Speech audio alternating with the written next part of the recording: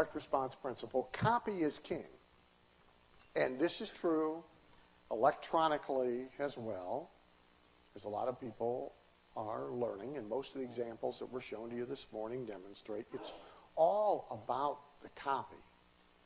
And by the way, you must never let the graphic people get a hold of it and make it pretty, because they will ruin it. They're not quite as dangerous as attorneys, but they're close. And you got to keep an eagle eye on them all the time. They'll clean up the type. They'll straighten the paragraph ends. They'll justify the copy. They'll do the most amazing things aesthetically and graphically to ruin good copy. The only purpose of graphics is to make it more likely that the reader will read the copy. That's it. It's the only purpose. It doesn't have any other purpose. And so you can't let it have any other purpose. Is what we're doing here visually going to make the copy read more? If yes, it wins. If no, it doesn't. Very simple. Now, that's not how graphics people, and certainly it's not how web designers approach their art. By the way, that's another word like creativity. You hear them talking about art, run like hell. Okay? There's a place for art. You know, there's a real good art museum right here in town. There's a place for it, but not with what we're doing. Okay? It's all about the copy, which means you got to learn probably to write copy. Most of you are not going to have businesses big enough or be willing to write the checks necessary to have really good copywriters do all your copy. Maybe your main customer acquisition piece, yes, and maybe that would be smart, but not all of it.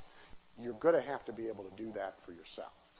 I mean, really good copywriters in my compensation league are going to be hitting you for $15,000 to $50,000 to $70,000 to write a sales letter plus royalties.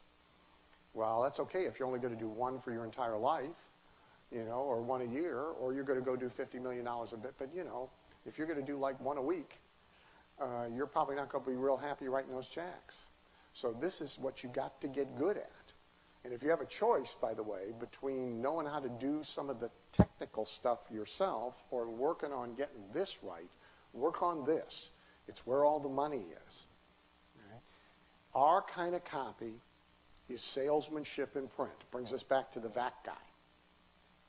It's not advertising. And it's very important not to mimic advertising. The last thing you ever want to do is mimic anything you see big companies doing in advertising. There's a reason for that. Their agenda is different than yours is. Their agenda is very different. They have their stockholders to pacify. They have their board of directors to pacify. They have Wall Street to pacify. They have their bank to pacify. They have their vendors to pacify. They have some highfalutin association they belong to pacify. They have their lawyers to pacify.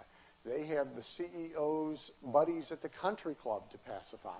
And after all that's satisfied, like number 212 on the agenda list is an ad that might make money. Right? And layered over that list is their ad agency's list of priorities, which start with winning awards and building portfolios so that they have something to show to get the next dumb client after they lose the one they got. Okay? And then like number 8 on their list is create an ad that might bring in some money. All right? Well, your agenda, I think, probably number 1 on the list is make money. So you can't ever copy anything coming from an entirely different agenda than yours is. If anything, you look at it as what not to do. So you can't copy anything you see. You got to ask yourself, what's their agenda? What's their priorities? What's driving their decision making? What's causing them to do what they do the way they do before I decide I'm going to copy it? So what we do is salesmanship in print, for you, in print on the screen. Yannick made a very important point. Just because you see it on a screen, this thing's much closer to a sales letter than it is to television. Just as, in fact, is the infomercial closer to a sales letter than it is to real TV. Whatever now real TV is. Right? But it's closer to a sales letter brought to life. Right? So we're doing salesmanship in print, regardless of how the print is ultimately delivered. And that means we're doing sales. So get that you're doing selling through media. You're not doing advertising. The rules of advertising, the rules of selling are what apply here.